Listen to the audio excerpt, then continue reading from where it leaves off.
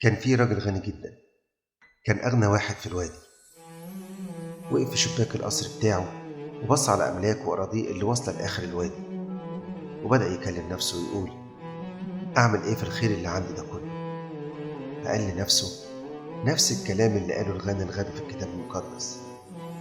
قال: أبني مخازن أكبر عشان أجمع فيها كل الخير اللي عندي.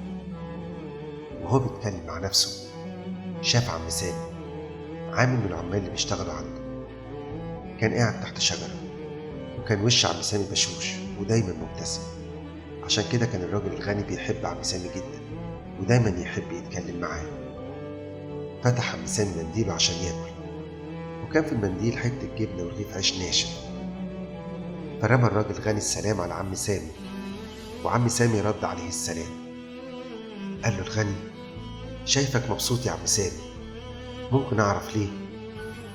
رد عم سامي وقال: مبسوط عشان عطايا ربنا ليا.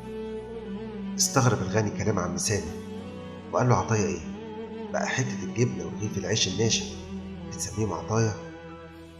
رد عم سامي وقال: حتة الجبنة ورغيف العيش دول هما اللي بيشبعوني ويقووني عشان أقدر أكمل شغلي. عطايا ربنا ليا مش أكل وبس، لأ، عطايا ربنا ليا كتير. أنا عندي لبس وعندي سرير بنام عليه، وعايش في بيت بيحميني من برد الشتاء وشمس الصيف. ده أنا عيشتي أحسن من عيشة السيد المسيح وهو على الأرض. استغرب الراجل الغني وقال له: إزاي أنت فرحان بالحاجات البسيطة دي؟ قال له عم سامي: ربنا بيحلي كل حاجة في حياتي، ودي لوحدها عطية ونعمة كبيرة. فجأة عم سامي غير الكلام وقال للغني: أنا حلمت حلم امبارح، ممكن أحكيهولك؟ ابتسم الراجل الغني وقال له: احكي يا عم سامي. قال له عم سامي: حلمت إني طلعت السما، وشفت أبوابها مفتوحة، وشفت أورشليم السمائية، ومش لاقي كلام أوصف بيه جمال السما، وكان نفسي أفضل في السما على طول. لكن فجأة سمعت صوت بيقول: أغنى راجل في الوادي هيموت الليلة. وصحيت من النوم وقعدت أفكر إزاي أقدر أقابلك عشان أحكي لك عن الحلم ده.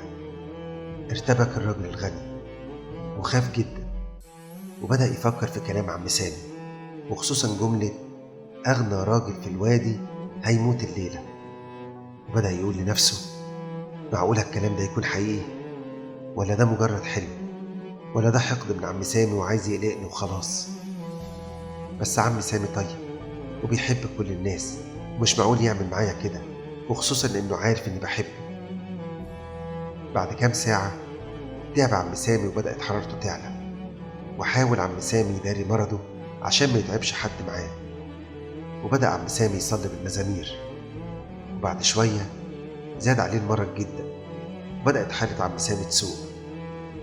جري واحد من العمال وجاب دكتور لعم سامي، وكشف الدكتور على عم سامي. وبدأ الدكتور يدردش ويهزر مع عم سامي عشان ينسيه التعب اللي هو فيه. وعم سامي قال للدكتور: أنا حلمت حلم، تحب أحكيهولك؟ قال له الدكتور: احكي. وبعد ما حكى عم سامي الحلم، ضحك الدكتور وقال له: ما تقلقش يا عم سامي، أغنى راجل في الوادي سليم وزي الفل، ومش هيموت الليلة. وفي نص الليل دق جرس باب القصر.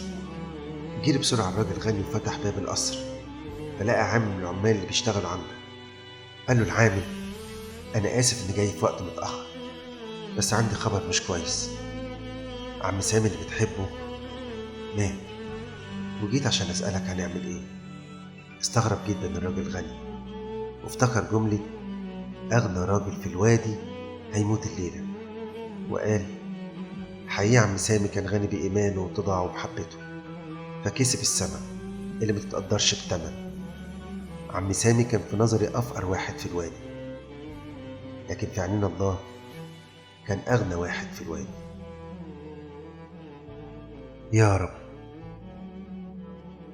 كتير ننشغل بالفلوس والأراضي والبيوت، كتير نقعد نفكر ازاي نكسب ونجمع فلوس أكتر، كتير نبقى شايفين نفسنا أغنياء ولسه العمر قدامنا سنين وسنين. لكن في يوم هنسمع صوتك وهو بيقول: يا غبي، هذه الليلة تطلب نفسك منك، فهذه التي أعددتها لمن تكون. فخليني يا رب فقير في عينين الناس، لكن غني في عينيك انت. لكن غني في عينيك انت. لكن غني في عينيك انت.